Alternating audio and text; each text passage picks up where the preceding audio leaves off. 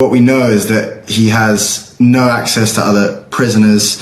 He is, alone in there. He's occasionally in the pitch black for prolonged periods. There was one period where he was in there for 10 days in the pitch black. के बेटे वालिद की रहाई के लिए मैदान में आ गए। एक इंटरव्यू में उन्होंने क्या कहा, आइए सुनते हैं। It's a technique to try and break him. He's a very, very resilient person, and I don't, he's one of the hardest people possible to break. But all of these techniques, shutting off the lights, leaving him in the pitch black, not allowing doctors to go and see him, making sure that all of our calls are at completely random times and that we might miss them, or whatever, not letting us have our court mandated weekly phone calls. All of this is tactics to try and break him.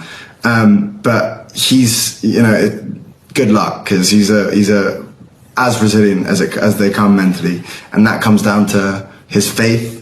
He has strong faith in God, and also he's always had that kind of mental toughness as well. So it's all torture techniques. Exactly. बाबा ने कभी ताकत का पीछा नहीं किया, उन्होंने सब कुछ कुर्बान कर दिया क्योंकि इन्हें यकीन था कि पाकिस्तान बेहतर हो सकता है।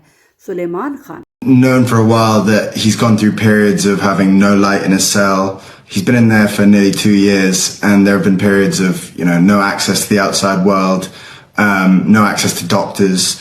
We're well aware of the situation, and he's been in prolonged solitary confinement. So if only we were able to speak to him more. The court mandates that we speak to him once every week. Description: he's definitely resilient. He's probably one of, I would say, I'm obviously biased, but he is definitely the most resilient person that I know by a distance. Very, very mentally tough. And he sat, whenever we speak to him, he's as strong as ever. But he's not the type of person to complain about the conditions that he's in. Whenever we will always ask how he is, but he'll always sort of brush off those sorts of questions. He's more interested in hearing how. And it can be sometimes at about 4 a.m. On any day, and it'll suddenly say, okay, call coming at 10 a.m. So we have 6 hours, and if we're not awake through that period, then we miss it, which has happened before, and then we have to wait another 3 months before anything comes about.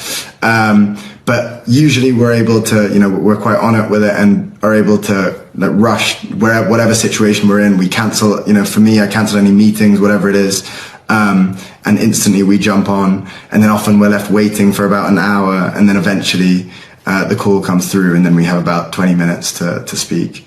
So there's no protest. हमने बचपन से इन्हें ऐसे लोगों के लिए कुर्बानियां देते देखा जिनसे वो कभी नहीं मिले थे।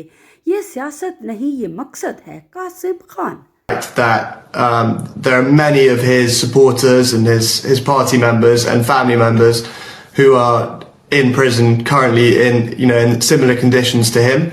So, and he's very, very principled, and he wouldn't, on their behalf, I think that definitely would have played a part. He wouldn't want to kind of, he'd want to be aligned with them. He's always been kind of very principled, and I don't think he'd go against his principles very on a whim. When we were younger, when I was younger, I'd hated him being in politics, would way rather him just do sort of cricket punditry or analysis and live an easy life in London or out of politics.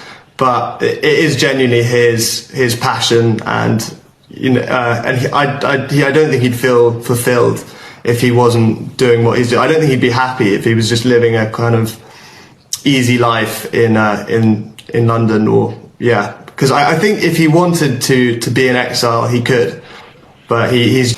A lot of the time we'll be kind of whatever, when we were younger we were playing cricket with him. Now, watching films, whatever it is, half of the time he's spent lecturing us on rule of law, justice in Pakistan, how, the reasons why he got into politics.